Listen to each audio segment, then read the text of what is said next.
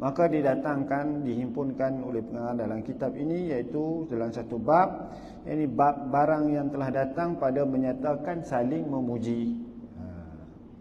Jadi inilah kehidupan kita. Kalau kita tak cakap benda, kalau kita nak berhati-hati, kita tinggalkan. Kita mengaji, mengumpat, mengata orang dan sebagainya. Sekarang kita nak cakap benda yang elok, kita nak puji seseorang tersebut. Apakah kata hadis ataupun bagaimanakah panduan yang telah diberikan kepada kita? Hadis bilangan 333, hadis marfu'. Haddatsana Adam qala haddatsana Syu'bah an Khalid an Abdurrahman bin Abi Bakrah an abihi anna rajulan dzukira 'inda an-nabi sallallahu alaihi wasallam fa athna 'alaihi rajulun khairan. فقال النبي صلى الله عليه وسلم ويحك قطعت عنق صاحبك يقول له مرارا إن كان أحدكم مادحا لا محالة فليقول أحسب كذا وكذا إن كان يرى أنه كذلك وحسيبه الله ولا يزكي على الله أحدا. Daripada Abdurrahman ibnu Abi Bakrah, daripada bapaknya bahawasanya seorang lelaki telah disebut di sisi Nabi sallallahu alaihi wasallam. Lalu seseorang telah memuji ke atasnya sebagai baik. Maka Nabi sallallahu alaihi wasallam telah bersabda, "Wahai engkau telah memutuskan leher sahabatmu." Nabi sallallahu alaihi wasallam mengucapkan berulang kali, sekiranya salah seorang antara kalian memuji tidak dapat tidak, maka sebutlah aku mengira begitu begini. Sekiranya dia berpendapat bahawa ianya memang sedemikian itu dan Allah lah yang menghitung amalnya, dan jangan ia menyucikan akan seseorang melebihi Allah.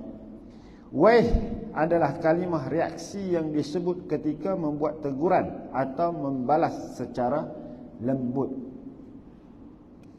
Ini dalam bab apa yang Nabi tunjukkan kepada kita. Ini berkenaan dengan seseorang yang telah memuji seorang lelaki. Maka Nabi menegur dia, Weh engkau. Maksudnya dia teguran kita, jangan macam tu. Kerana apa? Engkau telah memutuskan leher sahabatmu. Seolah-olah kita telah buat anaya. Sebab kita memuji sesuatu di hadapannya, mungkin dengan pujian itu akan menyebabkan amalan dia terhapus. Kerana seseorang itu buat ikhlas, tapi apabila kita puji, dia rasa seronok, timbul perasaan seronok. Dia hilang perasaan ikhlas tersebut, maka dia akan menyebabkan seseorang tadi hilang pahala dia buat kebaikan.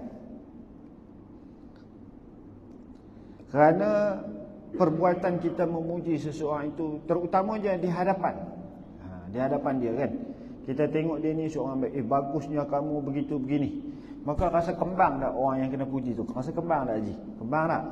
Maka kembang tu lah perasaan yang tidak baik, ujuk, dia akan rasa takjub dengan diri dia. Bagus juga aku buat macam ni. Tengok Haji tak pernah miss datang sembahyang Jumaat. Sembahyang jemaah ni tak pernah miss. Maka ada seorang kata, bagus Haji ni, tak pernah miss datang sembahyang jemaah.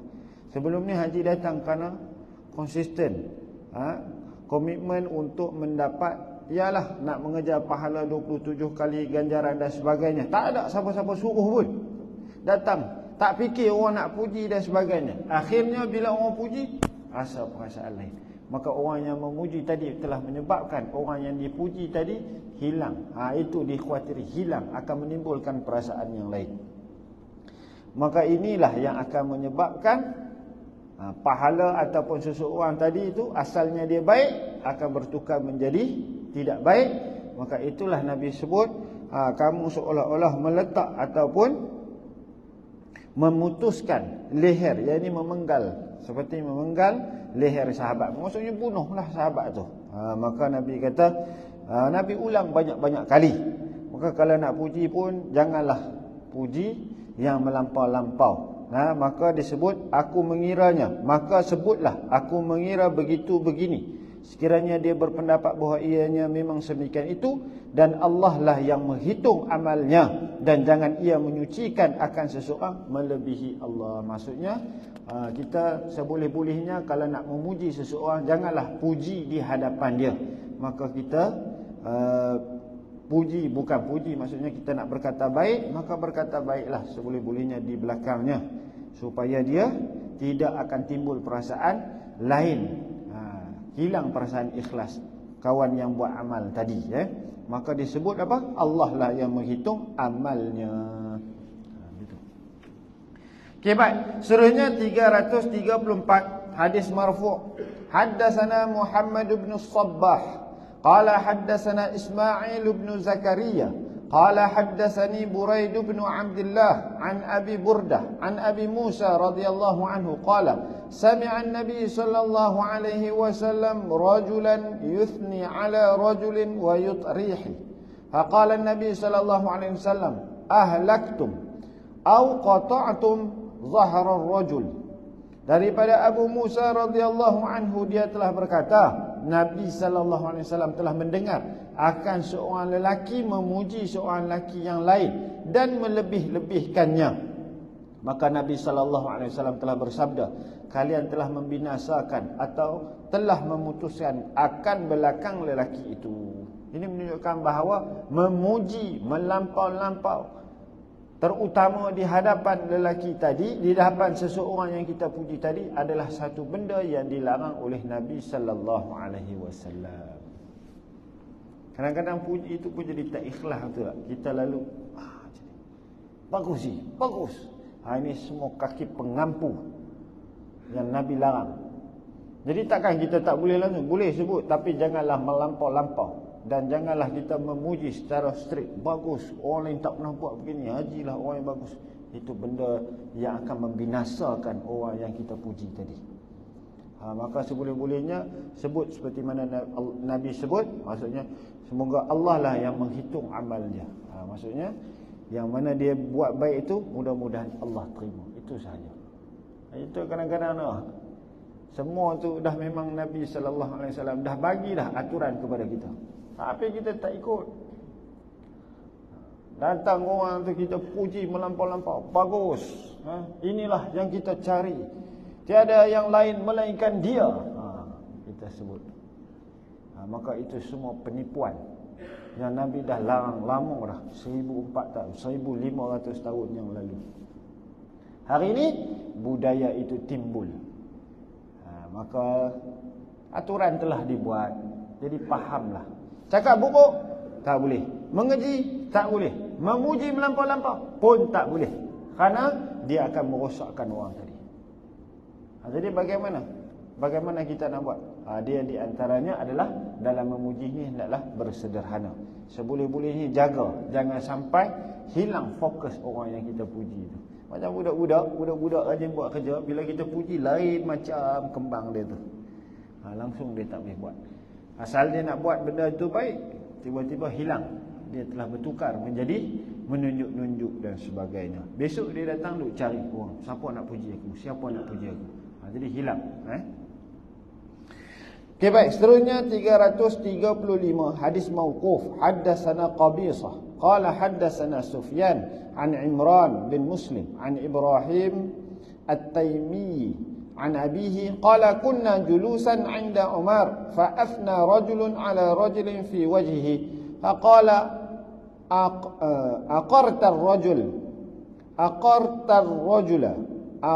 أقرك الله.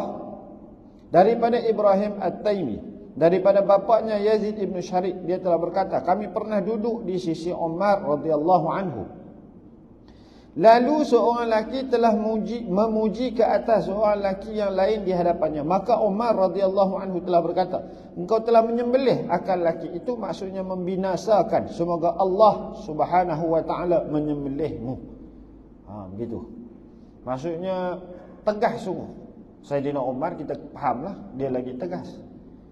Maksudnya apa? Kalau kita memuji sehingga menyebabkan dia bukanlah tak. Maksud macam mana kita nak buat? Bersederhana. Jangan sampai dia hilang. Kita tengok orang, sedangkan puji itu pun tidak ikhlas kadang-kadang kan. Itu yang perlu dihindarkan. Puji melambung-lambung, benda itu hendaklah dihindarkan, kerana ia dilarang oleh Nabi sallallahu alaihi wasallam. Turun pada sahabat pun, Sayyidina Umar radhiyallahu anhu pun melarang. Kerana apa? Orang yang muji itu seolah-olah membinasakan, menyembelih. Kalau sebut sembelih ni satu pembunuhan yang inilah kejam, bunuh, potong. Maksudnya kerahnya perbuatan tadi, dilarang sungguh-sungguh.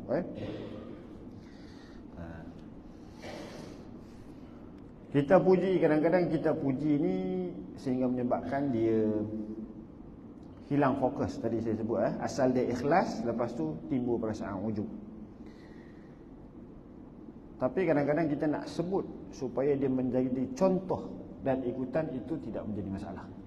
Janganlah sampai tak boleh langsung sebut. Tak, maksudnya dia tengok keadaan. Kita puji dia bagus, itu tak boleh. Tapi kalau kita nak bagi contoh, sebutan itu sebagai ikutan kepada orang, maka itu dibenarkan. Bukanlah kita memuji terus, kan? Kita bagi contoh, ini bagus, ini rajin dan sebagainya. Seboleh-bolehnya jangan di hadapan orang yang kita nak sebut tadi. Haramkah? Dia tidak. Dia dilarang.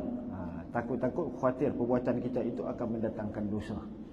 Ini larangan keras.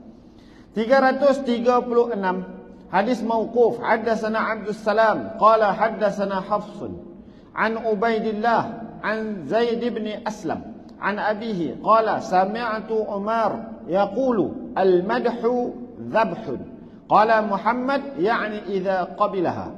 Daripada Zaid ibnu Aslam, daripada bapaknya dia telah berkata, aku telah mendengar Umar radhiyallahu anhu berkata, pujian itu adalah satu penyembelihan. Muhammad telah berkata, yakni apabila dia menerimanya. Maksudnya sembelihan, dia terima, termakan dengan pujian, maka dia seolah-olah sedang disembelih. Gitu maksudnya. Ada cerita-cerita teladan dulu kan, yang mati dipuji, yang jatuh dipuji. Maksudnya apa? Dia asalnya seorang yang bagus, akhirnya apabila dipuji, maka dia jatuh terjelepuk. Gitu. Maksudnya kalau dia terima, dia termakan dengan pujian, bukan sekadar termakan dengan hasutan, dia terbuai dengan pujian, akhirnya dia akan binasa. Jadi kalau dia terima, dia termakan dengan pujian tadi, maka dia seolah-olah sedang disembelih. Sedangkan pujian itu satu penyembelihan, dan kalau dia makan, dia sedang disembelih. Itu. Seterusnya bab yang seterusnya 154, bab man athna ala sahibihi in kana aminan bihi. Bab pada menyatakan orang yang memuji ke atas sahabatnya jika dia percaya dengannya. Hadis 337, hadis marfu'. Haddatsana Abdul Aziz bin Abdullah qala haddatsana Abdul Aziz bin Abi Hazim an Suhail an abihi an Abi Hurairah radhiyallahu anhu anna an-nabiy sallallahu alaihi wasallam qala ni'mar rajulu Abu Bakr ni'mar rajulu Umar ni'mar rajulu Abu Ubaidah ni'mar rajulu Usaid bin Hudayr ni'mar rajulu Thabit bin Qais bin Shammas ni'mar rajulu Mu'adh bin Amr bin Jamuh ni'mar rajulu Mu'adh bin Jabbal qala wa bi'sa rajulu fulan wa bi'sa rajulu fulan hatta adda sab'ah. Daripada Abu Hurairah radhiyallahu anhu bahwasanya Nabi sallallahu alaihi wasallam telah bersabda, sebaik-baik lelaki adalah Abu Bakar radhiyallahu anhu, sebaik-baik lelaki adalah Umar radhiyallahu anhu, sebaik-baik lelaki adalah Abu Ubaidah radhiyallahu anhu, sebaik-baik lelaki adalah Usaid ibnu Hudzair radhiyallahu anhu, sebaik-baik lelaki adalah Thabit ibnu Qais ibnu Shammas radhiyallahu anhu, Sebaik-baik lelaki adalah Mu'az ibnu Amru ibnu Al-Jamuh radhiyallahu anhu. Sebaik-baik lelaki adalah Mu'az ibnu Jabal radhiyallahu anhu. Nabi sallallahu alaihi wasallam telah bersabda, seburuk-buruk lelaki adalah si fulan dan seburuk-buruk lelaki adalah si fulan, sehingga baginda sallallahu alaihi wasallam menyebut 7 orang.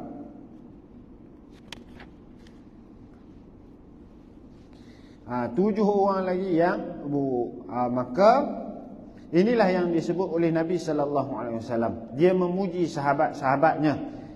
Dalam hal ini seperti mana yang kita sebut tadi, memuji seseorang terutamanya di hadapan orang yang kita puji tadi menyebabkan dia timbul perasaan ujub, menyebabkan dia timbul perasaan bangga, hingga menyebabkan dia rosak, amalan dia rosak, maka kita seolah-olah memujinya. Adapun dalam bab yang seterusnya, Nabi kata dia memuji sahabat-sahabat tadi, sahabat Abu Bakar, Umar dan seterusnya. Di dalam hadis yang disebut tadi, Nabi puji sebaik-baik lelaki.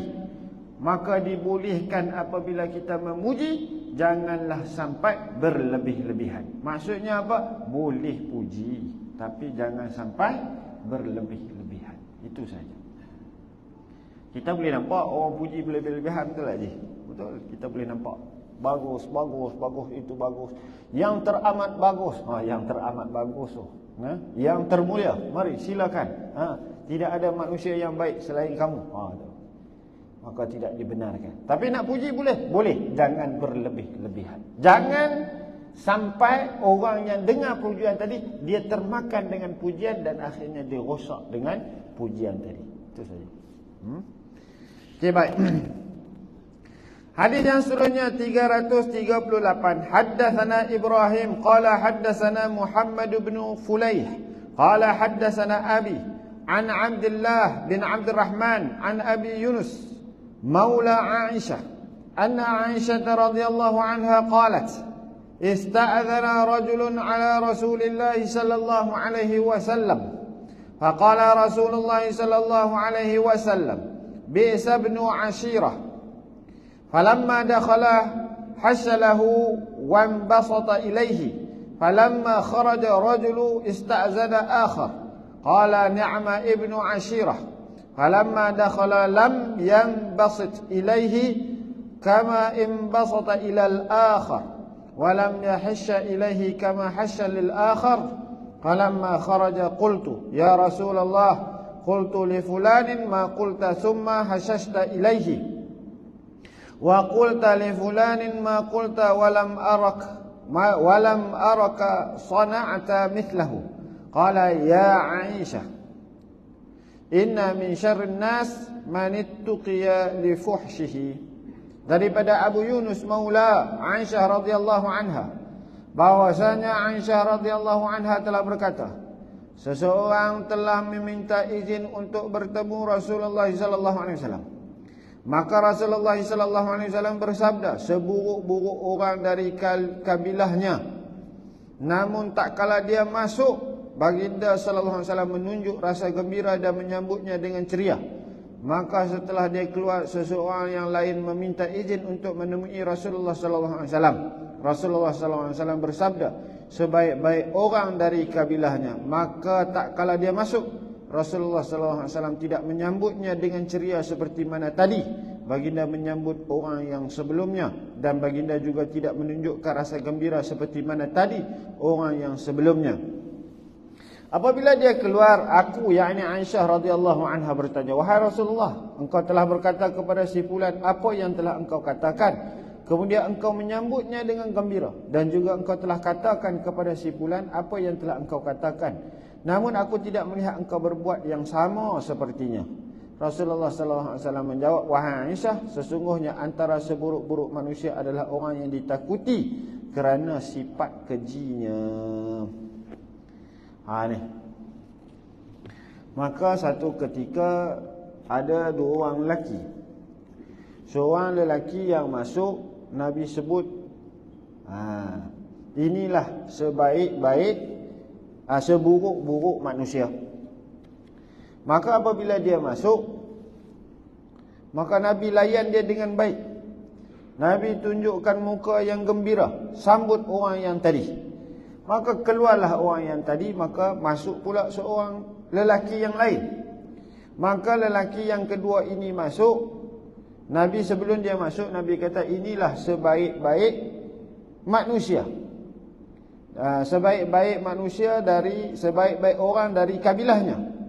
Tapi apabila dia masuk, Nabi SAW tidak menyambutnya dengan ceria seperti mana dia sambut orang yang pertama tadi. Maka apabila dia keluar, Aisyah pun bertanya, kenapa jadi macam tu?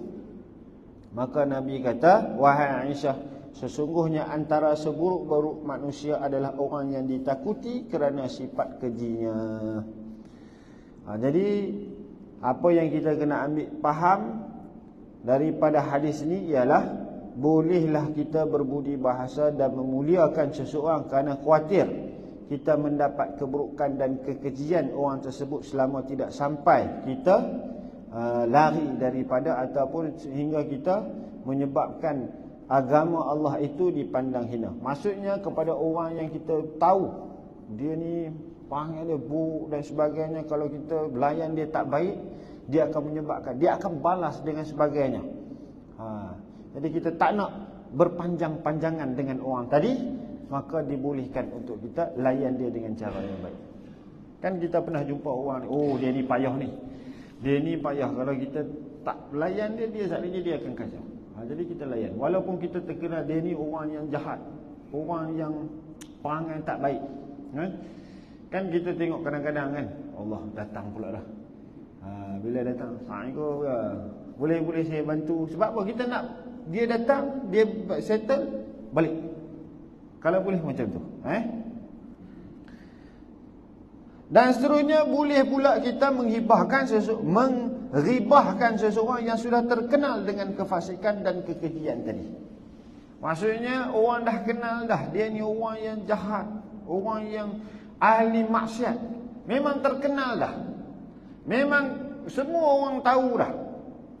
Dia kalau minum arak ni minum secara terang-terangan. Kalau dia buat jahat ni jahat secara terang-terangan. Maka dibolehkan untuk kita mengribahkan. Ribah ni tak ribah, kita menyebut keburukan dia. Maksudnya dia ni seorang yang fasik, berdosa besar. Sebab dia memang terang-terangan buat dosa. Maka dibolehkan. Sebab dalam isu ribah ni kan kita dah bincang dah kan. Kita tak boleh menceritakan, membuka aib seseorang, kerana membuka aib ini adalah satu benda yang dilarang di dalam Islam. Dan dia kalau kita sebut benda itu betul, keburukan itu memang ada pada dia, di belakang dia, maka disebut sebagai mengumpat. Dosa orang mengumpat ni tak payah cerita banyak kali dah kita cerita. Tapi dalam hal ni memang kita terkenal. Itu sebab Nabi sebut, inilah manusia yang seburuk-buruk daripada kabilahnya. Sebab dikenali sebagai dia adalah orang yang memang ahli maksiat, memang orang yang jahat dalam kabilah dia. Maka dibolehkan. Orang yang terkenal dengan kejahatan dibolehkan. Ribah ni maksudnya dia ni orang tak tahu. Kalau ribah ni mengumpat ni orang tak tahu dia ni jahat. Dia sebab dia baik, dia tidak ada masalah, dia tak ganggu orang. Mungkin dia ada satu benda yang tak baik di belakang kan. Mungkin dia pernah buat benda-benda yang tidak baik. Itu aib dia. Maka tak perlu dibuka. Kalau buka, itu namanya ribah, mengumpat, yang dilarang di dalam Islam. Okey, baik. Hadis ini juga menyebut satu tanda di antara tanda-tanda kenabian. Apa yang dikata oleh Nabi SAW tentang orang tersebut betul-betul tepat. Maksudnya orang yang tersebut di kemudian hari telah murtad dari Islam dan menjadi tawanan perang di zaman Abu Bakar As-Siddiq radhiyallahu anhu. Maka inilah kelebihan yang ada pada Nabi SAW apabila dia melihat seseorang, maka dia mengetahui. Ini kelebihan yang ada pada Nabi SAW. Ini contoh tanda-tanda kenabian. Ini mukjizat yang mana Nabi SAW boleh mengetahui. Maksudnya kelebihan yang ada pada Nabi SAW. Itulah yang Nabi sebut kepada Aisyah. Kerana yang tadi itu dia masuk, dia layan dengan baik supaya benda itu tidak akan datang kemudaratan. Jadi yang orang yang kedua ni dia layan dengan cara yang biasa supaya dia nanti kalau dilebih-lebihkan akan menyebabkan timbul rasa seronok dia yang melampau-lampau di dalam memuji-muji tentang kebaikan. Kerana kita berada dalam bab memuji ini, maka orang yang baik tadi, Nabi sallallahu alaihi wasallam tidaklah menunjukkan rasa memuji supaya dia tidak hilang, supaya dia dikuatirin akan timbul perasaan ujub di dalam hatinya nanti. Adapun orang yang jahat tadi, Nabi layan dengan baik supaya dia segera beredar, supaya tidak terlekat dengan kemudaratan ataupun kejahatan yang ada pada diri dia. Okey, seterusnya bab 155, bab yuhtha fi wujuhil maddahina, bab pada menyatakan menabur tanah pada muka orang-orang yang suka memuji. Jadi orang yang suka puji melampau-lampau ni, oh bagus. Maka ada bab yang kata apa? Tabur tanah, ambil tanah, baling muka. Ya ke? Kita tengok dalam hadis 339. Hadis marfu'. Haddatsana Ali bin Abdullah qala haddatsana Abdul Rahman bin Mahdi qala haddatsana Sufyan bin Sa'id an Habib bin Abi Thabit an Mujahid an Abi Ma'mar qala qama rajulun yuthni ala amirin min al-umara فجعل المقداد يحثي في وجه التراب وقال أمرنا رسول الله صلى الله عليه وسلم أن نحثي في وجوه المداحين التراب. Daripada Abu Ma'mar, dia telah berkata, telah berdiri seorang lelaki memuji ke atas seorang pemimpin dari kalangan para pemimpin. Maka Al-Miqdad telah menabur tanah ke mukanya seraya berkata, Rasulullah sallallahu alaihi wasallam telah menyuruh kami supaya menabur tanah ke muka orang-orang yang suka memuji. Memuji ni maksudnya apa? Ni dah dia masuk memuji ke arah mengampu, melampau-lampau. Ada seorang lelaki bangun puji seorang pemimpin di kalangan pemimpin. Puji yang melampau-lampau, yang tak sepatutnya, yang tak ada pada diri kau tu, dia tambah. Oh ni begitu begini, maka bangun Al-Miqdad ni, dia ambil tanah, dia cekak, dia baling ke muka lelaki yang sedang memuji tadi. Maka dia berkata, Rasulullah sallallahu alaihi wasallam telah menyuruh kami supaya menabur tanah ke muka orang-orang yang suka memuji. Ada zaman-zaman sekarang ni, ada yang melampau-lampau memuji. Dia bukan puji tu, dia mengampu, menyebut benda-benda yang tidak ada, mengada-ngadakan benda-benda yang tidak ada, berlebih-lebihan. Maka orang seperti inilah yang Nabi sallallahu alaihi wasallam, menurut apa yang disebut oleh Al-Miqdad, dia kata Nabi suruh ambil tanah, tabur ke muka. Tapi kita jangan dia buat syekh macam tu pula. Saya dengar siapa-siapa, kau ni puji pengurusi taman ni lebih-lebih sangat ni. Bukan taman ni lah, dia cakap bukan. Maksudnya kita macam tu lah nak berkata, gambaran tahap orang yang suka mengampu itulah tahap dia. Maksudnya orang yang suka mengampu lebih-lebih ini, itulah tahapnya. Tahapnya apa? Ambil tanah, tabur ke muka dia, lemparkan ke muka dia. Itu yang disuruh oleh Nabi sallallahu alaihi wasallam. Tapi kita jangan buatlah. Maka suruhan ini bukanlah suruhan yang wajib. Maksudnya kita kena tinggalkan perbuatan tadi. Nak menunjukkan apa? Orang yang memuji ini tidak disukai. Tapi boleh dah puji? Puji apa yang dia buat boleh. Tapi jangan sampai menyebabkan dia merasa ujub. Dia ambil jalan pertengahan. Macam mana nak ambil jalan tengah ni Ustaz? Maka itulah kita perlu pertimbangan. Saya dah sebut banyak dah pertimbangan, mizan. Kita kena ada mizan.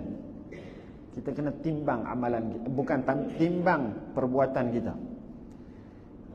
Macam contoh, bercakap buruk, mengeji, mengumpat memang dilarang. Tapi ada setengah tempat dibolehkan. Yang disebut oleh Nabi sallallahu alaihi wasallam, dibolehkan di satu-satu tempat. Nabi dah tunjuk orang tu betul-betul fasik, maka dibolehkan untuk kita mengumpat, menyebut berkenaan dengan kejahatan-kejahatan dia sebagai menjadi pedoman, pelindung ataupun peringatan kepada orang lain. Asal tak boleh, tapi dibolehkan di setengah-setengah tempat. maka ini namanya timbangan. Dalam bab memuji, asalnya dibolehkan memuji, menyebut kebaikan seseorang. Boleh, tidak ada masalah. Tapi kalau berlebih-lebihan dilarang di dalam Islam. Nabi larang. Kenapa Nabi larang? Khawatir kalau kita puji lebih-lebih, orang yang tadi dia buat ikhlas, akhirnya dia akan timbul perasaan ujub dalam diri dia. Seolah-olah orang yang memuji ini telah melakukan penganiayaan terhadap orang yang dia puji. Maka dia perlu ada timbangan. Jadi kita dalam kehidupan ni kita kena timbang. Bagaimana kita nak timbang? Itu kita kena ada ilmu. Perlu ada jalan tengah, perlu ada timbangan. Semua amalan kena ada timbangan. Contoh dalam bab sedekah, kita sudah sebut dah sini. Nak tunjuk timbangan ni perlu. Sedekah itu dituntut. Tapi ada dalam satu hadis yang kata, jangan sampai habis. Kerana apa? Apabila kamu habis, kamu mengeluarkan, menyedekahkan atau menginfakkan keseluruhan harta kamu, dan akhirnya asalnya kamu orang yang mempunyai harta, kamu telah bertukar menjadi orang yang tidak mempunyai harta, maka kamu jatuh dalam golongan yang hina. Sebab orang yang tak ada apa-apa meminta-minta pula. Maka Nabi suruh jangan sampai habis. Infak perlu, tapi jangan sampai kamu habis sehingga kamu bertukar menjadi orang yang meminta-minta. Kerana apa? Orang yang memberi itu lebih baik daripada orang yang meminta. Jadi pertimbangan dia apa? Kena bersederhana. Apa sekalipun kena bersederhana. Jadi bagaimana kita nak boleh timbang? Tidak lain dan tidak bukan, kita kena sentiasa mencari ilmu. Duduk dalam majlis ilmu, baru kita faham. Kalau kita tak duduk, kita dengar satu ya, lepas tu kita buat, maka itulah yang akan rosak. Orang yang akan jadi ekstrim. Sekarang kan top perkataan hulu, orang yang ekstremis. Sebab dia tidak ada ilmu. Maka kena apa-apa sekalipun kita kena ada pertimbangan. Pertimbangan itu datangnya daripada ilmu. Kita belajar ni sampai bila? Sampai kita nak mati ni kena belajar, kena duduk. Kalau kita dah tahu orang yang sebut, contohnya, yang ustaz ni sebut, yang saudara ni sebut, saya dah tahu, dia menjadi peringatan. Kerana orang mukmin itu perlu diperingatkan. Kerana manusia ini sifatnya lupa. Betul Haji? Kan? Saya baca ni semua Haji tahu dah tak? Tapi kita memperingatkan, tazkirah. Kita duduk ni maghrib dengan isyak, kita duduk tazkirah. Kita memperingatkan apa-apa, memperingatkan dalam perjalanan kehidupan kita seharian. Boleh tak cakap keji? Tak boleh. Boleh tak mengumpat? Tak boleh. Tapi takkan kita tak boleh bagi tahu dia ni orang yang jahat, jangan buat main dengan dia, jangan terperdaya dengan dia. Takkan tak boleh? Boleh pula. Kerana apa? Diberi pengecualian. Itu cara dia. Dia ni orang baik, boleh dah kita puji dia? Boleh. Tapi jangan berlebihan sehingga menyebabkan nanti dia hilang perasaan ikhlas tu dan timbul perasaan ujub dalam diri dia. Rosak dia. Jadi macam mana? Kena timbang. Boleh tuan-tuan? Ini kita belajar ilmu timbang. Tuan-tuan pun nampak macam sabarlah nak habis dah ni. Boleh dah ni. Dan jangan serius sangat, kita nak pindah tahun dah ni. Nak pindah tahun, hujung tahun. Hujung tahun ni cuti sekolah. Jadi cuti sekolah. Runsing jawatan kuasa masjid. Ustaz malam ni ada tak? Ustaz ada di mana? Takut cuti. Saya kata insya-Allah ada. Sebab banyak ustaz-ustaz mengambil kesempatan hujung tahun ni bawa anak-anak cuti. Jadi kuliah pun jadi banyak yang cuti lah. Bukan masjid ni saja, masjid rata-rata masjid. Saya pun baru balik bercuti. Semalam baru sampai. Okey, baik. Jadi orang yang suka memuji-muji ni, Nabi kata apa? Tabur tanah di muka dia. Maksudnya apa? Sampai tahap macam tu. Tapi jangan duk ambil syekh ni, saya ada pesan lah Saya tuan-tuan dengar ni, ambil tanah. Sebab apa ni? Ada dalam hadis menyebut kata tabur tanah. Jangan macam tu. Dia bukan sampai perkara yang wajib kita. Nak menunjukkan apa? Perlu dibenci orang yang suka memuji melampau-lampau. Dia beza pula. Dengan suami dengan isteri beza pula. Tu kena timbang tu. Suami dengan isteri tak? Suami memuji isteri. Boleh tak? Boleh. Hatta yang suami sebut tu kadang-kadang tak tepat pun. Awak ni, saya semakin hari saya tengok awak ni makin cantik lah. Mana nak datang cantik dia? Kan? Yalah. Umur 30 naik 40, mana ada makin 30 ke 40 dia makin tua. Tapi oleh kerana nak sebut bagi menyenangkan hati. Oh, dia pun seronok. Itu salah satu yang dibolehkan, menyebut perkara yang tidak betul. Tidak dipanggil sebagai menipu. Dengan cara kita nak mengambil hati isteri tadi, dibolehkan. Maka awak ni makin hari makin, kenapa saya nampak awak ni kurus ya? Padahal nak bawa naik motor pun tak sanggup dah. Maksudnya Zoba rosak. Tapi kita puji dia, seronok dia, menyenangkan hati dia. Itu dibolehkan. Jadi boleh pula tu. Itu puji yang macam lain. Kerana apa? Itu mengambil hati supaya dia senang dengan kita, tidak timbul perbalahan dan sebagainya. Okey, baik. Itu kena timbang semua tu. Tak boleh puji pula. Cakap betul pula tu. Awak ni dah makin hari makin tua. Dah muka pun berkedut dah. Dah nak mati dah. Kita ni umur makin nak pergi ke kubur je. Susah hatilah kawan tu. Nak ajak tidur pun tak nak lah. Saya tak mau tidurlah dengan awak. Malam ni saya nak sembahyang lebih sikit. Sebab saya pun dah tua, nak mati dah. Jadi tak kenalah macam tu. Dia kena timbang keadaan tu. Okey, baik. Seterusnya 340. Hadis marfu', orang-orang yang suka memuji, orang yang suka mengampu. Sekarang ni kita sebut apa? Mengampu lah. Ada perkataan yang tak sedap didengar pun ada juga tak? Tapi dia jenis mengampu lah. Kipas, kaki kipas. Bukan kipas dah, ekon. Ekon kipas, macam-macam lah. Orang yang seperti ini, tahap dia ditabur pasir di muka dia. 340 hadis marfu', haddatsana Musa bin Ismail qala haddatsana Hammad an Ali bin Hakam an Atha ibn Abi Rabah anna rajulan kana yamdahu rajulan 'inda Ibn Umar radhiyallahu anhuma faja'ala Ibn Umar yahthu at-turaba nahwa fihi faqala Rasulullah sallallahu alaihi wasallam idza ra'aytumum maddahina fahsu fi wujuhihim at-turab. Daripada Atha ibnu Abi Rabah, bahwasanya ada seorang lelaki memuji akan seorang lelaki lain di sisi Ibnu Umar radhiyallahu anhuma. Lalu Ibnu Umar radhiyallahu anhuma telah menabur tanah pada mulutnya seraya berkata, telah bersabda Rasulullah sallallahu alaihi wasallam, apabila kalian melihat akan orang-orang yang suka memuji, maka taburlah kalian akan tanah pada wajah mereka. Ini lagi satu hadis yang menunjukkan bahawa orang yang suka mengampu dan mengipas macam-macam ni, tempat dia, tindakan yang perlu diambil kepada dia adalah taburkanlah tanah ke muka mereka. Maksudnya perbuatan mereka itu tidak disukai. Sekali lagi saya pesan, sekarang ni jangan duk pergi tabur lah. Saya pesan syukur-syukur saya naik share ni, saya cukup bimbang. Kadang-kadang ni dia dengar tu, dia nak pegang tu, saya balik tengok siapa yang lebih-lebih tabur pasir. Jangan. Saya bagi tahu inilah tahap yang dilakukan oleh para sahabat ke atas orang yang suka memuji-muji orang ini, yang melampau-lampau.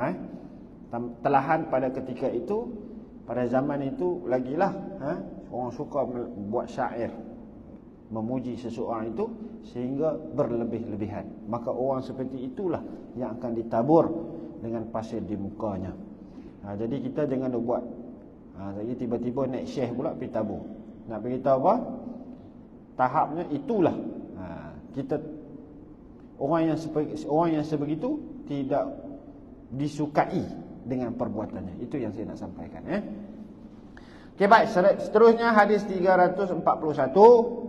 Hadis marfu', haddatsana Musa qala haddatsana Abu Uwanah an Abi Bishr an Abdullah bin Shaqiq Ar-Raja' ibn Abi Raja' an Mihjan Al-Aslami qala Raja'un aqbaltu ma'a Mihjan zata yawmin hatta intahayna ila al-masjid ahli al-Basrah fa idza Buraidatul Aslami ala babin min abwab al-masjid jalisun Qala wa kana fil masjid rajulun yuqalu lahu Sakbah yutilu as-salah falamma intahayna ila babil masjid wa alaihi burdah wa kana buraidatu sahiba muzahatin faqala ya Mihjan atusalli kama yusalli Sakbah falam yarudda alaihi Mihjan wa rajja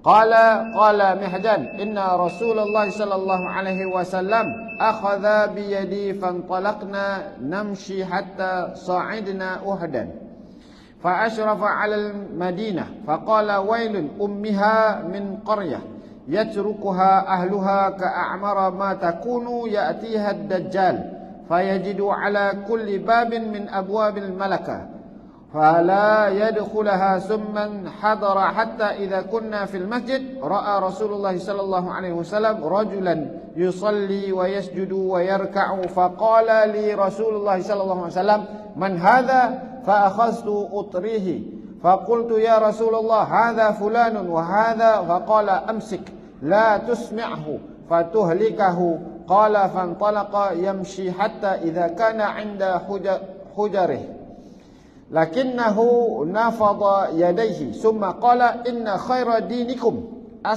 أيسره إن خير دينكم أيسره ثلاثا. Ini hadis yang panjang dan waktu pun dah masuk. Jadi saya tangguhkan hadis ini ataupun perkongsian ini pada tarikh yang akan datang insya-Allah. Dalam bab yang sama iaitu bab yuhsa fi wujuhil maddahin. Yang ini bab pada menyatakan menabur tanah pada muka orang yang suka memuji-muji. Wallahu a'lam. Bismillahirrahmanirrahim. Alhamdulillahirabbil alamin wassalatu wassalamu ala asyrafil anbiya'i wal mursalin wa ala alihi wa sahbihi ajma'in. Radina billahi rabba wa bil islami dina wa bi Muhammadin nabiyya wa rasulah. Allahumma aftah alaina futuhal arifin wa dhakkirna mimma nasina wa 'allimna mimma jahilna bi rahmatika ya arhamar rahimin. Allahumma ij'al jam'ana hadha jam'an marhuma wa tafarruqana min ba'di tafarruqan ma'suma. ربنا آتنا في الدنيا حسنة وفي الآخرة حسنة وقنا عذاب النار صلى الله على سيدنا محمد وعلى آله وصحبه وسلم والحمد لله رب العالمين تقبل الله منكم.